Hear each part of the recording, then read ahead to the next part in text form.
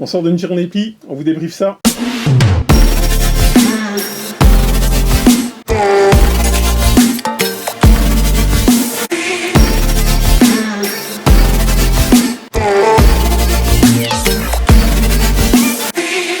Hello.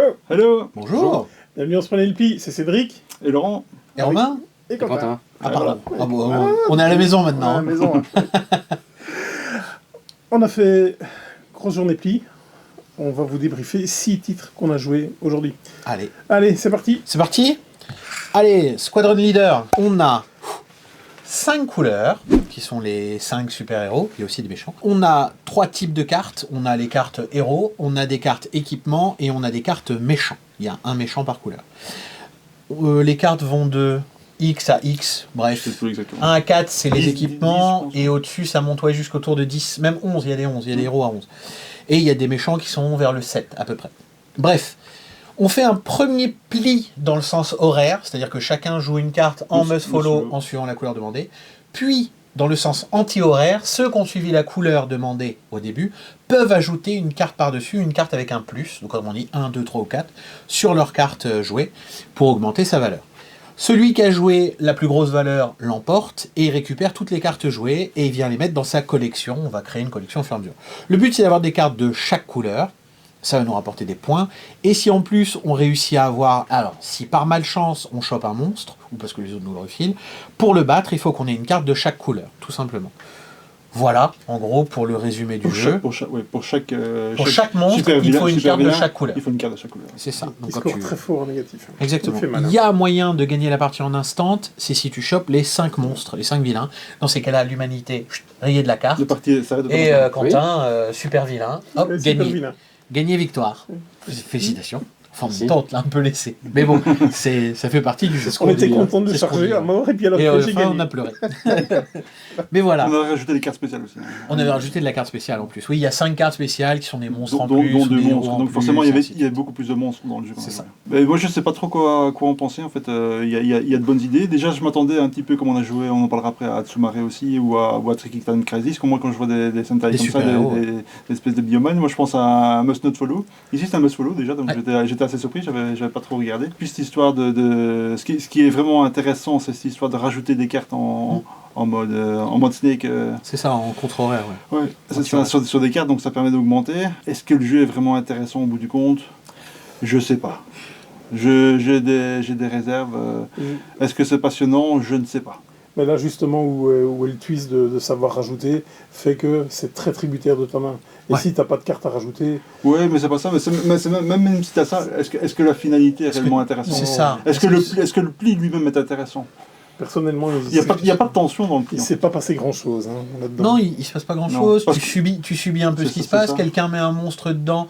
Bon bah tu ramasses le monstre et puis tu fais bah je le mets là, on verra si je récupère une carte ou pas. Si j'en ai 5, tant mieux. Si j'en ai 5, bah tant mieux, je prends pas de points négatifs et puis voilà. J'en ai entendu du bien, il s'est super bien vendu au magasin, donc je suppose que les gens s'étaient peut-être un petit peu renseignés. Je pense qu'il a aussi suivi la hype, on va dire, dans ceux qui aiment ça, de Tricky Time Crisis, qui est vraiment très très bon. Il y a eu aussi celui-là dont on va parler dans quelques secondes, qui est très bien aussi. Et donc il vient en tant que 3e dans la série. Peut-être que, te disant, bah, des jeux de super-héros contre des super-vilains, à première vue, ça marche à chaque fois, allons-y. Sur celui-là, je pense qu'ils se font un peu les pieds dans le tapis. Il a fait un must-follow qui est... C'est ça. D'habitude, c'est des must-not. C'est assez bizarre, ouais. Parce que, en plus, thématiquement, tous jouaient Force Rouge, ça me parle moins thématiquement. Je l'ai joué, c'était pas désagréable, mais c'était un ennui poli, on va dire. Ouais, voilà, c'est ça. Mais il faut voir aussi, parce qu'on l'a joué après un jeu qu'on avait beaucoup apprécié, qui était dans la même veine, pas la même chose, et au final, il est complètement éclipsé par ce jeu qu'on a joué. Par contre, c'est ça qui souffre. On n'est pas quand même 100% sûr de l'avoir joué exactement comme il fallait. Je pense que les grosses lignes, on l'avait. Non, après, on est sur une traduction anglaise des règles japonaises, donc t'es jamais à l'abri d'un truc. Par un japonais, donc. C'est vrai que c'était assez tricky de choper le manière dont c'était joué. Quentin ? Moi, je trouvais qu'il n'y avait pas assez de profondeur. La partie pli se joue trop facilement, presque les yeux fermés. Il y a juste la partie où c'est pas sexy, où tu vas charger en monstre pour essayer de faire descendre quelqu'un. C'est vraiment plus ça que j'ai ressenti. Allez, on met de côté, on va avancer, parce qu'il y en a 6, quoi. Tiens, je vais le laisser de côté, on va passer sur autre chose en cours de route. On va aller voir des monstres, on va aller sur Call of Yeti. 4 couleurs de 1 à 10 à peu près, dans ces eaux-là. On commence par une main de 12 cartes. Sur cette main de 12 cartes, on place des cartes face cachée, qui sont des missions, notre pari en fait, le nombre de plis qu'on compte faire. Et en plus, ce qui est intéressant, c'est que vous essayez de mettre les couleurs dans lesquelles vous voulez faire vos paris par la suite. C'est-à-dire, je vais mettre une carte rouge parce que je pense gagner un pli avec du rouge, ce qui fait que j'aurai des points bonus si je réussis à faire matcher ça également. Ça fait un peu penser à un Shinzawa Oui, à Shut the Books.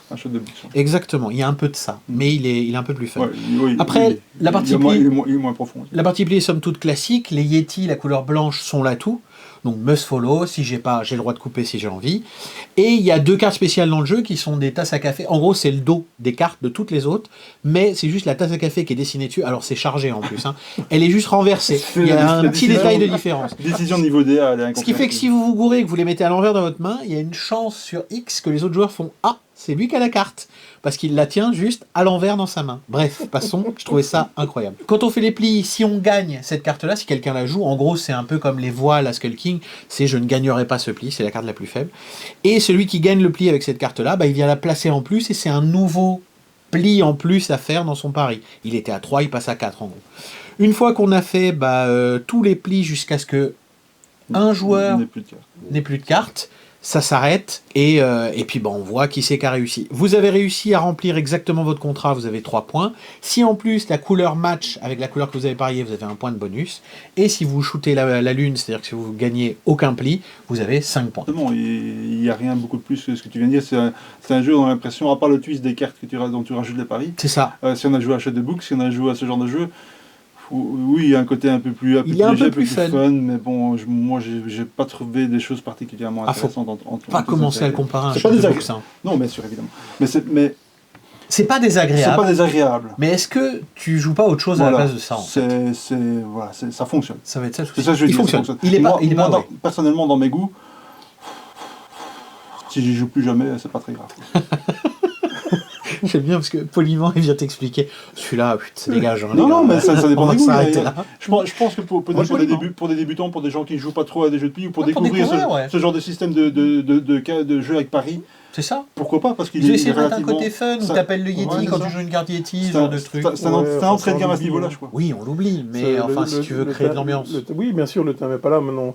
Moi, j'ai bien aimé, en fait. C'était bien, c'était chouette, c'était pas le jeu du siècle. Ce qui était pas mal, c'est cette fameuse tasse de café que tu vas un peu pourrir les autres. Ça rajoute un peu de fun au truc, même si c'est un peu du pain dans ta gueule. Je dirais que c'est un Shinzawa familial. C'est un Shinzawa dans l'esprit, mais qui s'adresse pas du tout aux joueurs de Shinzawa. C'est ça. Quentin?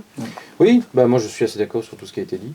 Le seul twist que je trouve intéressant, c'est que les cartes que l'on met devant soi pour déterminer la quantité de plis qu'on compte faire, c'est des cartes qu'on n'a plus en main. Oui, aussi, Et donc c'est piégeux. Ça peut te permettre de créer une coupe, mais ça veut dire que si tu crées une coupe, tu n'auras pas le point bonus. Le vrai débutant qui démarrerait avec ça, c'est dur quand même. C'est un peu s'emballer. Je pense qu'il va se prendre un petit mur. Surtout, au début, il va faire pas du tout prévu ça. Quoi.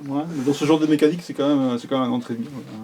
Oui. Ça reste de l'entrée de gamme. Mais il y a quand même cette petite. De toute façon, dès que tu as du pari, c'est toujours moins simple. Même sur Skull King, c'est difficile au début d'aller dire avec cette main-là, je vais gagner combien de plis. Il faut l'estimer. Estimer sa main, c'est jamais le plus simple. Oui, mais souvent on estime, alors qu'il faut plutôt statuer et essayer de faire en sorte de la tenir. Après, il ne faut pas faire n'importe quoi, évidemment, mais souvent on a tendance à se dire ok, je dois faire exactement ça en fonction des cartes que j'ai, mais non. Je vais dire j'ai ça, et à fonction de ça, je vais essayer de faire. C'est pour ça qu'un jeu comme Savage Ball, par exemple, où le nombre de plis à faire est fixé, n'est pas nécessairement plus simple à faire, mais c'est juste la décision la décision initiale qui est différente. Tout à fait. Bien, mais sans plus, quoi. Oui, c'est pas mal. Ça va comme. C'est ça, ça fonctionne. Ça fonctionne, ça plaira à certains qui, si on veut jouer, à un public peut-être un peu plus casual à ce genre de jeu, et une introduction à ce genre de jeu de pari pour moi. Très bien. Après, c'est vrai qu'il faut pas faire n'importe quoi non plus, il faut quand même être un minimum gamer. Allez, viens, on va se poser des questions s'il y a un jeu qui fonctionne maintenant. Alors, Suit Attack Monster. Donc là, on est sur. C'est sorti ce truc, oui, c'est sorti, oui, ça se vend. Ça se vend dans des sachets aluminium d'un côté, zip de l'autre côté, assez étrange. On a 3 couleurs, les cartes vont de 12 à 1. Il y a une carte 13 qui a toutes les couleurs, c'est le Graal. Et à côté de ça, on a un deuxième deck avec des monstres à l'intérieur. Les monstres vont de 5 à 40, il y a des dragons. Et on va à chaque pli retourner une carte monstre. telle valeur. Et le but, c'est que chacun joue une carte de sa main en must follow. Si le total de nos cartes bat le monstre, il y a écrit dessus. Celui qui a mis la plus grande carte gagne tant de points de victoire, le deuxième tant de points de victoire, ainsi de suite jusqu'au quatrième. Si chaque monstre a également une couleur, si on fournit exactement cette couleur-là, on lui fait un coup critique. Autrement dit, notre carte vaut +1, tout simplement. Et on va faire des plis comme ça jusqu'à ce qu'on ait bouffé les 3 dragons du deck, que les 3 dragons soient passés. Si on a réussi à battre au moins un des 3 dragons, on rentre dans les points de victoire et on regarde combien chacun a gagné dessous. Celui qui a gagné le plus a gagné la partie. Si on est incapable de battre au moins un des 3 dragons, tout le monde a perdu et comme ça, on a joué pour rien. Et on passe à la suite. Non, c'est pas pour nous. On ne peut pas le démonter. On peut pas le démonter. On a trouvé d'ailleurs comment ça fonctionne. On ne peut pas dire que ça ne fonctionne pas. Maintenant, il n'y a pas vraiment d'espace décisionnel. Est-ce que c'est un jeu de pli même? Je ne dirais même presque pas ça. Parce que la carte que tu joues est importante par rapport aux autres. C'est même pas un semi-coop pour moi. Il y a quand même la notion de coop, elle est vraiment importante. Ouais, il y a du coop. C'est quasiment coop en fait. Mais surtout, tu n'as pas d'espace décisionnel. Quasiment pas. Ce qu'on a pensé, c'est que c'était un jeu fait pour enfants en fait. Ouais, c'est vraiment l'impression que j'en ai. C'est-à-dire que tu vas jouer avec des enfants parce qu'ils vont très bien comprendre que additionner 8, 9 et 12, ça fait tant, c'est plus fort que la valeur du monde, donc on a gagné. Le calcul, quoi. Et, on n'en est pas loin pour apprendre les... Et puis aussi, très léger, mais j'ai 2 cartes jaunes, il faut jouer du jaune, laquelle des 2 je vais jouer en espérant garder l'autre parce que peut-être il y a un monstre qui me rapportera plus après. Il peut y avoir des trucs comme ça. C'est léger, c'est très léger, mais c'est pas non fonctionnel. C'est très léger, pas passionnant non plus. Il n'y a pas de décision de pli. Ça va être vraiment pour du joueur très débutant. Je veux dire, c'est pas un mauvais jeu. Non. C'est un mauvais jeu de pli. Ok, ça me va comme définition. J'accepte. Okay. Non, moi je reste plutôt sur le côté pour enfants. Pour enfants, je suis d'accord avec toi sur le côté pour enfants. C'est vraiment une très bonne idée, enfin une très bonne définition. Mais par exemple, si je voulais introduire un enfant au jeu de pli, je pense pas que je jouerai à ça. Je pense que ça peut marcher. Par le côté aventure... ça va marcher, mais ils vont pas apprendre à jouer à un jeu de pli avec ça. Ah non. Non, ils vont... Ouais, ce sera un jeu pour jouer avec des enfants. Ouais, d'accord. Ok. Un jeu de cartes. On va continuer avec Basket Rité 2 on 2. On est sur un jeu de basket avec 3 couleurs principales et également une 4e couleur qui est la couleur d'atout. Ce qui va se passer, c'est que chaque carte a un numéro affiché qui n'est pas vraiment la valeur en fait de la carte, puisque ça se joue à 2 contre 2. Suivant qu'on soit le joueur qui a le ballon ou son partenaire qui attend le ballon ou les 2 autres joueurs dans la défense, et ben la carte a une valeur différente. Donc j'ai un 12 pour information, mais ça peut être 14, 13, 11 ou ce genre de choses. Le but, ça va être de mettre des paniers, puisque la première équipe à 20 points l'emporte immédiatement, ou alors on joue 4 cartons, et dans chaque carton, on va jouer 8 plis. Voilà. Qu'est-ce que vous avez à en dire? Must follow. Must follow, bien sûr, oui, tout à fait. Et make cut, on n'est pas... Enfin, make cut. On coupe si on veut, quand on n'a plus la couleur demandée. Ouais. Pour moi, le jeu, il est trop court, dans le côté, ça va trop vite, en fait. Chaque carton va trop vite, on n'a pas le temps de poser quelque chose pour que j'ai l'impression de développer un truc, de voir les cartes qui sont tombées et de voir ce que je pourrais faire avec mon partenaire. Ça va trop vite, je me fais piquer la balle, j'essaie de la récupérer. J'ai vraiment l'impression que je suis un mec qui court après le ballon de basket mais qui n'arrive pas à le maîtriser, à faire ce qu'il veut avec en fait. Voilà, c'est peut-être que j'ai pas le physique, mais toujours est-il que ça me donne ça. Qu'est-ce que t'en penses, Quentin? Pour moi, c'est un jeu où il y a beaucoup de chaos, on sait difficilement maîtriser. Et effectivement, si on se reprend la balle les uns les autres, il n'y aura pas de shoot. Donc c'est difficile de mettre en place Il faut faire minimum de plis en suivant. Il faut faire minimum de plis en suivant, souvent 3, parce que ça sera plus facile. Ouais. Et oui, on n'a pas beaucoup le temps pour arriver à mettre en place quelque chose pour essayer de se rendre compte si on va y arriver ou se donner les chances d'y arriver. C'est ça. Laurent? Je dirais que la bonne idée, c'est cette histoire de faire deux plis, si pas 3 en suivant, et à l'intérieur de l'équipe. Parce qu'on peut très bien aussi, si c'est passer la balle. Se passer la balle, entre guillemets. Donc ça compte. Donc si c'est l'adversaire, si c'est le coéquipier qui fait le pli, ça compte dans les plis qu'on fait. Donc il faut que l'équipe fasse 2 plis en suivant et 3 éventuellement pour avoir plus de sécurité lorsqu'on tire. Parce que quand on tire, les cartes ont la valeur la plus faible. Donc voilà, il faut être sûr de soi, il faut avoir le maximum de facteurs avec soi. Ça c'est chouette, cette idée de devoir faire plusieurs plis en suivant. Je pense que c'est la bonne idée du truc. Maintenant, le côté un peu faible là, c'est qu'on n'a pas vraiment ce sentiment de jouer vraiment en équipe. On va pas, à part essayer de se refiler la balle, les gars, de tous les deux avoir le même but de gagner le pli, mais bon, qui le gagne, On s'en fout un peu, ouais. On s'en fout. Qui Et aime se passer la balle, tu maîtrises pas grand-chose en fait. Parce que... Thématiquement parlant, c'est pas très... Et en fait, ce système de différents valeurs des cartes en fonction de la position qu'on occupe au moment où on la joue, c'est peut-être une fausse bonne idée parce que ça amène du chaos sans nécessairement... je pense que en fait, s'il était plus streamlined, je pense qu'il gagnerait. Bon, après, le jeu fonctionne. Oui, il fonctionne quand même. Il n'y a rien à le faire. C'est un petit peu faiblard, on va dire, par rapport aux promesses en tout cas qui proposaient. Quoi. Ouais. Voilà. Si on n'attend rien, je pense qu'on passera bon moment. On n'est pas déçu. On n'est pas trop déçu. Mais c'est vrai que moi qui en attendais beaucoup, qui attendais vraiment... parce qu'il y a une première version qui avait fait un peu de bruit. 4 only, oui, c'est une seconde édition. 4 only, jouer en équipe 2 contre 2, moi ça me parle encore une fois. Et donc voilà, j'en attendais peut-être un peu trop. Cédric. Tout est un peu prédit, hein, donc c'est un peu full chaos. C'est dommage, c'est un peu compliqué d'avoir 2 pieds de suite. Voilà. Allez. Bon, voilà, ça mériterait une 3e édition, du coup, pour essayer de faire encore mieux. Exactement. Allez, on y croit, alors. Rendez-vous à la 3e édition. On est parti, c'est écrit sur la boîte, je me ferai pas avoir. C'est que ça monte un petit peu. Ouais, c'est pas faux, ouais. T'as vu, je fais ça bien, je choisis les jeux de en tout cas, sur la fin, ici. Atsumare Hero World, c'est écrit sur la boîte. On est sur un jeu avec des super-héros, version, comment ça s'appelle, Power Rangers à la japonaise, 5 couleurs, contre les méchants qui sont en noir. C'est un must not follow, parce que, bien évidemment, on ne peut pas avoir 2 fois Force Rose sur le présent dans le pli, ce serait pas logique en fait. C'est ça, c'est totalement thématique. Les noirs Par sont contre, les monstres. Les noirs qui sont les monstres, on peut les jouer plusieurs fois en revanche. Et si on les joue plusieurs fois, eh ben, on prend la plus forte et on soustrait la valeur de toutes les autres cartes noires jouées. Si les héros sont à égalité ou plus forts que les monstres, les héros gagnent. Tous ceux qui ont joué héros autour de la table prennent leur carte et la retournent face cachée, ça leur fait 1 point. Si les méchants gagnent, tous ceux qui ont joué méchants prennent leur carte, la retournent, ça leur fait 1 point. Et on enchaîne comme ça les plis dans la joyeuseté et le bordel, mais à peu près maîtrisé quand même. On se refile la patate chaude, c'est-à-dire que quand on joue un pli, en fait, on veut être dans une équipe, dans l'autre, on ne sait pas trop ce qui va se passer derrière. Donc, on fait un truc middle, et on voit ce que le mec derrière fait, s'il nous refile les points ou pas. Ça, c'est hyper agréable. C'est fun, mais c'est KO, et ça marche quand même. Voilà. C'est KO, mais au moment où on joue, c'est ce que disait Quentin tout à l'heure, on a quand même une décision à prendre. C'est ce que va dire Quentin maintenant. Oui, c'est ce que j'ai dit. Allez. Tu n'as pas entendu. Non, j'ai pas entendu. J'ai fait un reboot. Oui, donc j'avais dit que c'était presque un party game, mais pas vraiment, puisqu'il faut quand même réfléchir quand on doit jouer. Ok. Oui, quand c'est à ton tour de jouer, tu réfléchis quand même à ce que tu fais, et pourtant c'est hyper fluide, hyper simple, et ça marche quoi. On va le comparer. Vas-y. C'est la bonne surprise. C'est vraiment la bonne surprise à Tsumare. Je n'attendais rien, et au final c'est vraiment très très bien. C'est plein de fun, avec un peu de chaos, avec des décisions, tout a déjà été dit. Non, c'est bien. C'est ce twist de ces cartes noires qui se dévaluent les unes avec les autres. C'est ça. Ça c'est grandiose. C'est excellent. Parce qu'en fait, ce qui va se passer, c'est qu'à certains plis, là où vous allez jouer, vous ne pouvez plus jouer de héros parce que ce qui a été joué, vous l'avez déjà dans la main, donc vous ne pouvez pas les rejouer. Donc vous devez jouer du noir, par exemple, et malheureusement, vous allez faire chuter l'équipe noire.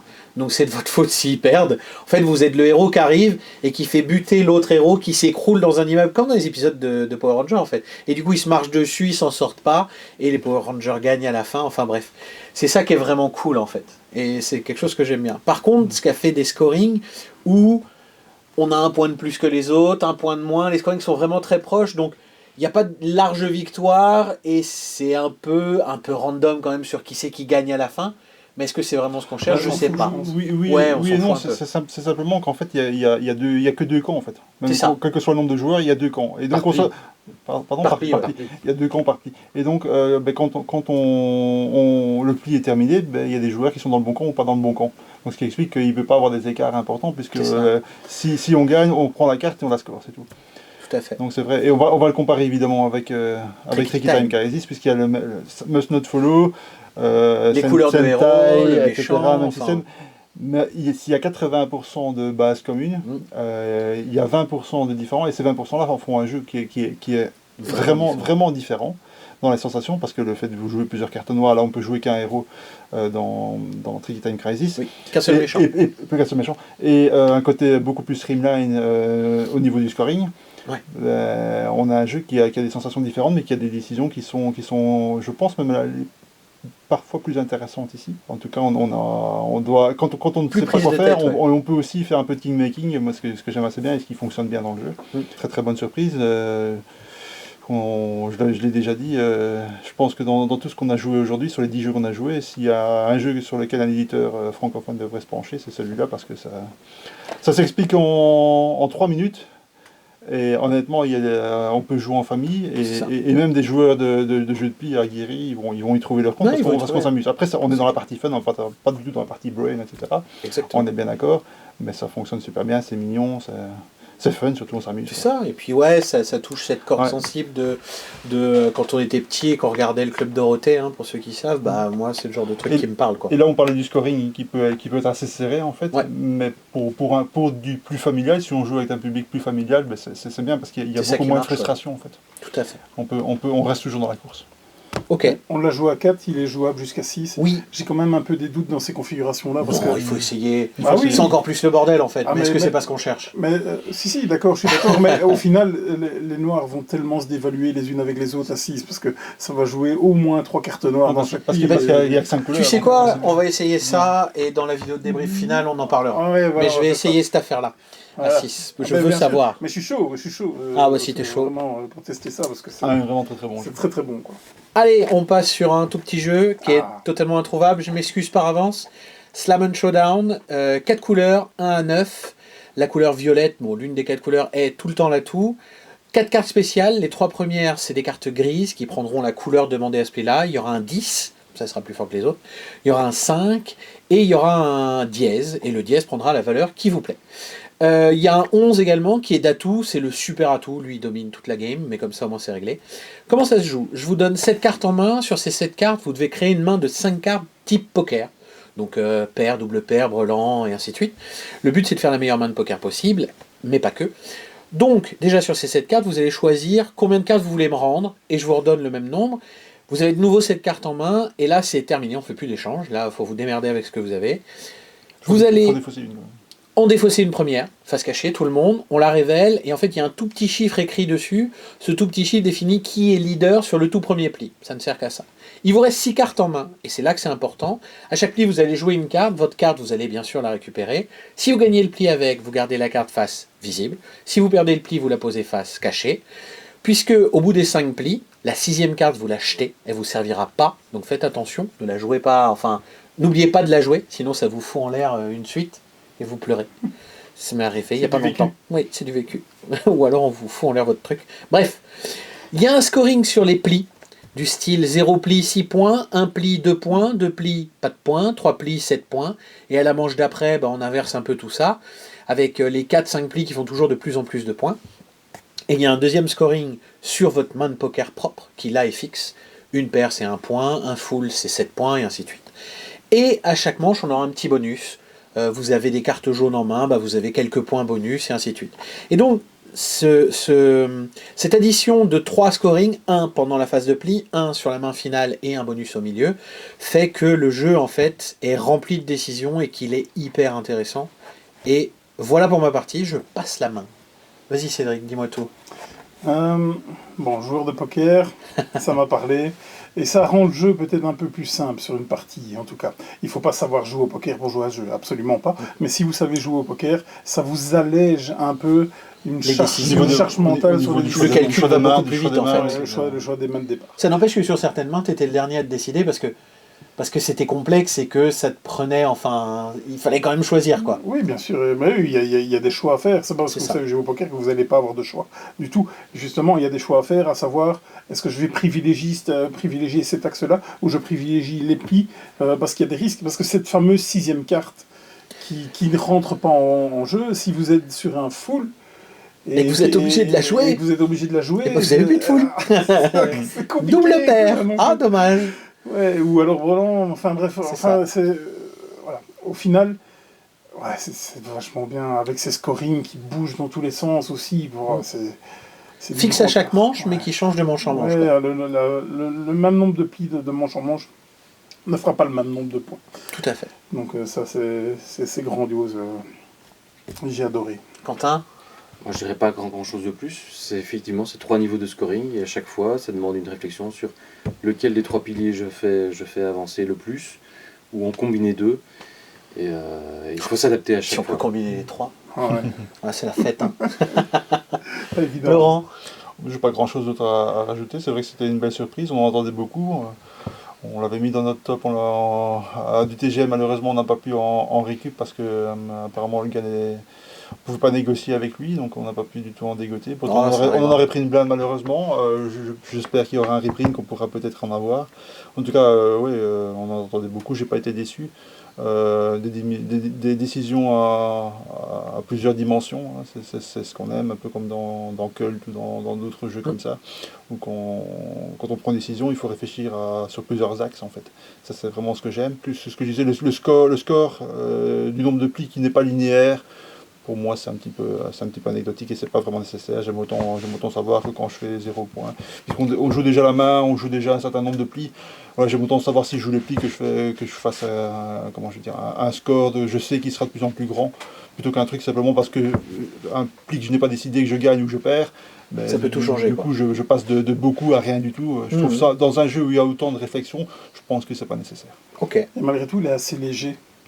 Ah, il n'y a rien de compliqué. Hein. C'est pas... Ah, il n'y a rien de compliqué. Hein. Par contre, la décision, bien y jouer, prendre la bonne décision. C'est ça. C'est des bons choix, mais malgré tout, c'est pas quelque chose qui t'alourdit le gameplay. Donc il y a une belle balance entre le fun et le cérébral. La construction de ta main est pour moi, on n'est pas du tout dans le fun ici. Ouais, il y a des fois, ça chouine bien. Hein. Ouais, mais c'est pas ce que j'appelle le fun. Ce que j'appelle le fun, c'est du léger, c'est du truc. Tu réfléchis pas trop, tu joues à moitié en. Ici, tu es vraiment dans un truc, tu réfléchis à ce que tu fais, tu regardes. Ouais. C'est vraiment ce 5e pli qui est généralement qui est fun. Parce que des fois, ça peut tout foutre en l'air. Non, je me suis fait niquer dès le premier. Comme ça, moi, je t'arrive. Il peut avoir un pli qui est fun, mais en général, c'est fun pour les autres au détriment d'une personne. En général. Ça arrive. Ouais. Mais voilà, mais en tout cas, il marche hyper bien. Essayez de le choper, ça va se faire. Force de pousser le monsieur. J'en fais une affaire personnelle. Ce sera dans son évaluation. Contactez l'auteur. En tout cas, chez Laurier, s'ils sont plus qu'un, c'est que l'évaluation est mal passée. En tout cas, on va essayer en tout cas. Ok, très bien. Eh ben écoute, attends, on en sort 2, bien sûr, et on en met un au rebut. Allez. Je pense qu'en sortir 2, ça va être assez rapide. On va en mettre 2 au rebut. Je pense que ça va être assez unanime en fait. Oui. Alors, honneur aux invités. Quentin. Qui est le dernier. Contre toute attente, je prends ces 2-là. Allez. Ils sortent clairement du lot. Les 4 autres, malheureusement, je peux pas en détruire un en disant qu'il est vraiment mauvais. Il n'y en a aucun des 4 qui est mauvais. Celui-là, on s'attendait quand même à beaucoup mieux. Mais comme on a déjà dit, il est peut-être quand même utilisable pour des enfants. Ouais, avec des jeunes joueurs. Peut-être que celui-là, je le retirerai un peu parce qu'il est un peu plus classique. Il est vraiment sans... Il n'y a pas vraiment de twist. Hein. Je le détruis pas, je le mets un peu en dessous. C'est ça. Ah, tu mets un peu en dessous des autres même. Oui, je le détruis pas. Ok. Ah, j'aurais pas fait ça, mais ok. Bah écoute, je continue. Je vais garder les deux mêmes, hein, parce que vraiment ici, moi, c'est les Power Rangers de ma tête. Hein. Et là, celui-là, j'arrête pas d'y jouer. Hein. Je suis rendu à plus de 10 parties. Enfin, celui-là, j'arrête pas de le sortir et ça marche à chaque fois. J'ai été très déçu par ça. C'est vrai que le côté avec des enfants, mais sinon, enfin, pour moi, il devait y avoir quelque chose et il n'y a pas eu quoi que ce soit. Ici, c'est très foutraque. Il faudra que les règles soient réécrites, refaites, quelque chose, une autre trad. Il y a peut-être quelque chose qui manque. On a l'impression qu'il y a un truc qui tourne un peu carré. Je suis pas sûr d'avoir. Il y a peut-être quelque chose qui tourne un peu carré. Au vrai jeu, quoi. À voir, mais même au-delà de ça, enfin, le problème c'est qu'il en a deux exactement dans le même truc qui sont largement au-dessus. Non, moi je trouve que c'est pas comparable à part sur le thème. Hein. Le reste. C'est ça, mais le problème c'est pas comparable. Voilà, ouais, mais tu crées des collections et tout quand même. Enfin bref, Call of Yeti, je le mettrais justement un poil au-dessus parce que classique, qui fait le taf, qui dépasse nulle part en fait. Son petit souci, c'est qu'il a aucune aspérité. Et en fait, ce qui fait que c'est un jeu trop propre. Et qui fait qu'il se passe pas grand chose. Je dirais pas propre, je dirais classique en fait. Ouais, mais voilà, mais propre dans le sens, le gars il a fait tout comme il faut. Tu vois, c'est le bon élève, mais qui dépasse nulle part. Ça, il a sa moyenne. Ouais, un peu ça, un peu niveau, ouais. Il a sa moyenne, tu sens qu'il aurait pu faire un peu mieux et il s'est dit. C'est ça, il aurait pu avoir un truc. Mais non, ça fonctionne, je m'arrête là. Et voilà, encore une fois, hein, il est joli, j'aime bien les illustrations, et du coup, les jeux jolis, attention, les jeux très très moches, Et là, on parle de jeux très très moches, avec des dos de cartes blancs. Hein. Le mec a même pas mis de dos aux cartes, il en a rien à secouer. Hein. Là, vous pouvez y aller. Là, par contre, le gars a bossé son gameplay, mais il en a rien à secouer du reste. Et puis voilà. Voilà si je dois faire un léger classement rapide. Les deux patrons. Ouais, c'est la même chose. Atsumare, c'est vraiment la bonne surprise. Celui-là, j'arrive même pas à dire le titre, mais au final. Suits Attack Monster. Voilà. Non, ou alors c'est pas pour moi. Et alors, l'autre, basket. Non, pas basket. Slam and Showdown. Slam and Showdown. Ouais, exceptionnel. Allez. Ça me fait plaisir, ça. Pareil, hein, on enlève celui dont personne n'arrive à se rappeler le nom et il y a peut-être une raison à ça. Alors les deux qui s'imposent largement, un côté fun, un côté plus funky, on va dire. Ouais. Celui que je retirerais, celui-là m'a déçu en fait. C'est pas qu'il est pas bon, c'est que t'attendais mieux. Moi, un jeu par équipe, j'attends un jeu par équipe. J'ai pas vraiment eu un jeu par équipe, j'ai eu un jeu un peu faiblard. Dommage. Ça, j'ai trouvé ça très classique. Ça, j'ai l'impression que j'ai pas joué au Maverick. Donc, je dirais tous ceux-là sont un peu en dessous, ceux-là sont largement au-dessus, et celui-là, de toute façon, aussi vite joué, aussi vite oublié. Allez, on va aller dormir une paire d'heures et on remet ça. Allez. Merci Quentin d'avoir. Merci beaucoup. Et Romain, merci beaucoup pour les découvertes. Vous n'êtes pas prêts d'avoir des vidéos, je pense. On va continuer un petit peu. On continue. Allez, n'oubliez pas, prenez le pi. À plus. Ciao, salut.